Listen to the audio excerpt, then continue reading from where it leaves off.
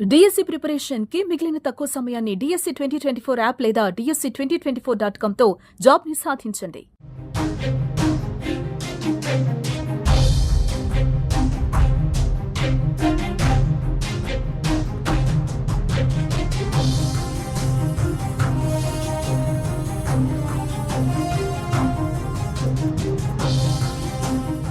చావు దెబ్బ తిన్న తర్వాత మసూద్ అజార్ ఎవరైతే జైషే మహమ్మద్ ఉగ్రవాద సంస్థని తయారు చేశాడో బహవల్పూర్లో ఏదైతే ఉగ్ర శిబిరాన్ని నిర్వహిస్తూ చావు దెబ్బ తిన్న మసూద్ అజార్ ఇప్పుడు భారత్పై ఆక్రోశాన్ని వెలగక్కుతున్నాడు. భారత్ చేసిన దాడిని తీవ్రంగా తట్టుకోలేకపోతున్నాడు మసూద్ అజార్. భారత్ చేసిన దాడికి ప్రతీకారం తీర్చుకుంటానంటూ దాచుకొని దొంగచాటున నిలబడి లేఖలు రిలీజ్ చేస్తూ తొడలు కొడుతున్నాడు మసూద్ అజార్.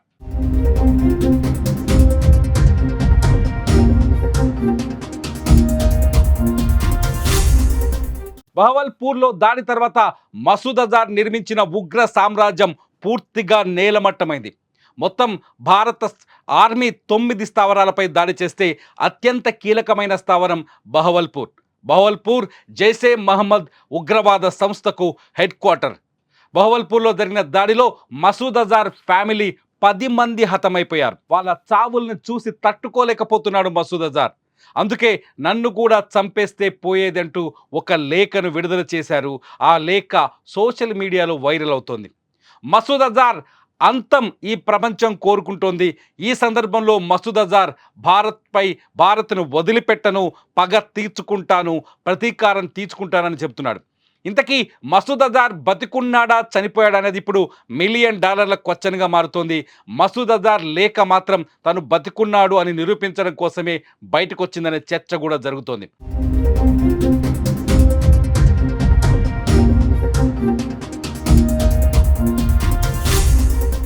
జైషే మహమ్మద్ ప్రధాన కార్యాలయమైన బహవల్పూర్లో ఉన్న జైషే మహమ్మద్ ప్రధాన కార్యాలయం ఇప్పుడు తుక్కైపోయింది. దాదాపు 200 ఎకరాల విస్తీర్ణంలో ఉన్న ఈ కార్యాలయం ఇప్పుడు ఎందుకు పనికి రాకుండా పోయింది. జైషే మహమ్మద్ సంస్థ ఇక్కడ దాదాపు 200 మంది యువతను సేకరించి ఉగ్రవాదులుగా తయారు చేస్తుంది. వాళ్ళకి బాంబులు తయారు చేయడం, కాల్పులు జరపడం, మిస్సైల్స్ వదలడం, ఇటువంటి ట్రైనింగ్ అంతా ఇస్తుంది. మసూద్ అజార్ ఈ దాడితో భారత్ చేసిన ఆపరేషన్ సింధూర్ అటాక్తో మసూద్ అజార్ ఇప్పుడు కుప్ప కూలిపోయాడు, నేలమట్టమైపోయాడు. మసూద్ అజార్ని భారతదేశం ఎప్పుడూ మర్చిపోదు. మసూద్ అజార్ సృష్టించిన రక్తపాతాన్ని భారతదేశం ఎప్పటికీ గుర్తు పెట్టుకుని ఉంటుంది.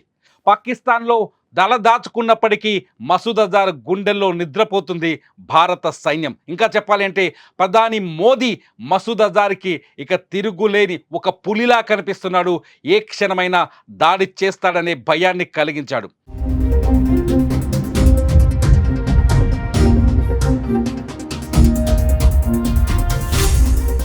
మసూద్ అజార్ వెన్నులో వణికి పుట్టించాడు భారత ప్రధాని మోదీ. మసూద్ అజార్ చేసిన దుర్మార్గాలు ఇప్పటికీ గుర్తుకొస్తున్నాయి. ఇవాళ మసూద్ అజార్ తన ఫ్యామిలీ చనిపోయిందని చెప్పేసి ఆక్రోశాన్ని వెళ్ళగక్కొచ్చు, కానీ ఎన్నో మంది ఫ్యామిలీలు, భారతదేశంలో ఎన్నో కుటుంబాలకు తీరని దుఃఖాన్ని మిగిల్చాడు మసూద్ అజార్. మసూద్ అజార్ చేసిన బాంబు దాడులు, పేల్చిన IED బాంబులు భారతదేశంలో ప్రతి చోట భరతమాత ఒంటిపైన ఎక్కడికెక్కడ రక్తపు మరకల్లా మిగిలిపోయి ఉన్నాయి. మసూద్ అజార్ చేసిన మొదటి దాడి భారత పార్లమెంటుపై 2001లో పార్లమెంటుపై దాడి చేసి అడ్డంగా దొరికిపోయిన మసూద్ అజార్ ఇప్పుడు కన్నీళ్లు పెట్టుకుంటున్నాడు. భారత పార్లమెంటుపై దాడి తర్వాత కాందహార్లో ఇండియన్ ఎయిర్లైన్స్ విమానాన్ని హైజాక్ చేసి భారత్ నుంచి తప్పించుకొని పోయాడు మసూద్ అజార్. ఆ రోజు నుంచి జైషే మహమ్మద్ ఉగ్రవాద సంస్థని పాకిస్తాన్లోని బహవల్పూర్లో నడిపిస్తూ ఉగ్రవాదుల్ని తయారు చేస్తూ భారత్ పైకి ఉసిగొల్పుతూనే ఉన్నాడు. 2016లో పఠాన్కోట్లో ఆర్మీ క్యాంపు పైన దాడి చేశాడు మసూద్ అజార్. ఆ రక్తపు మరకలు ఇంకా భారత ప్రజల కళ్ళల్లో, గుండెల్లో అట్లాగే సజీవంగా నిలిచిపోయి ఉన్నాయి. అటువంటి మసూద్ అజార్ ఇవాళ తన కుటుంబం చనిపోయేసరికి దొంగ ఏడుపులన్నీ ఏడుస్తున్నాడు. ప్రతీకారం తీర్చుకుంటాను, ప్రధాని మోదీని వెంటాడుతానంటూ మాట్లాడుతున్నాడు.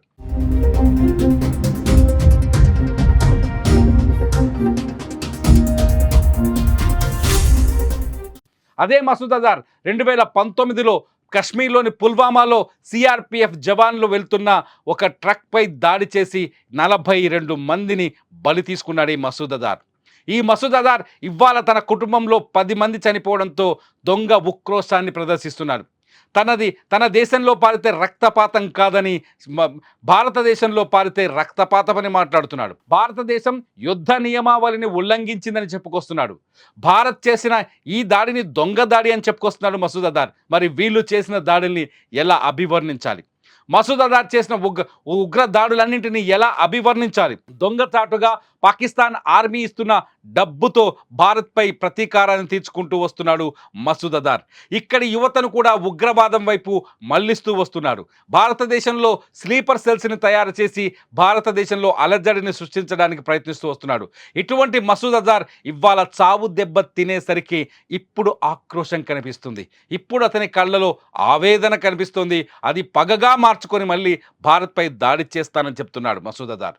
మసూద్ అజార్ చేసిన దాడి రక్తపు మరకలు ఇంకా భారతదేశ వ్యాప్తంగా అలాగే ఉన్నాయి. ఎన్నో కుటుంబాలు, ఎన్ని వందల కుటుంబాలకి దిక్కు లేకుండా చేశాడు తన దాడులతో భారత్లో. మసూద్ అజార్పై దాడిని ప్రపంచవ్యాప్తంగా హర్షిస్తోంది.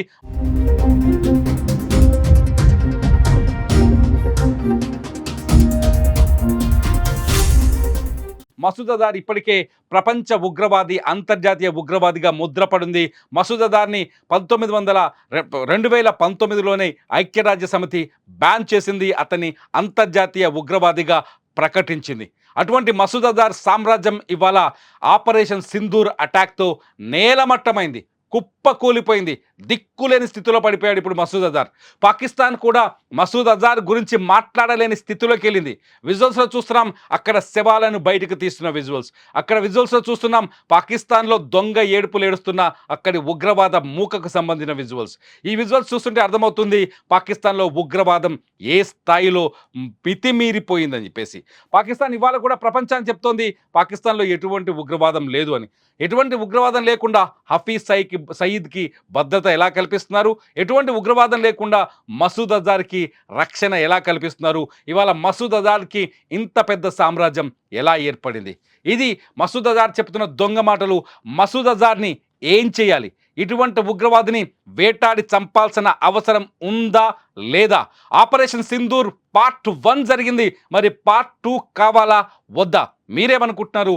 ఈ వీడియో కింద కామెంట్ చేయండి. చూస్తూనే ఉండండి సుమన్ టీవీ.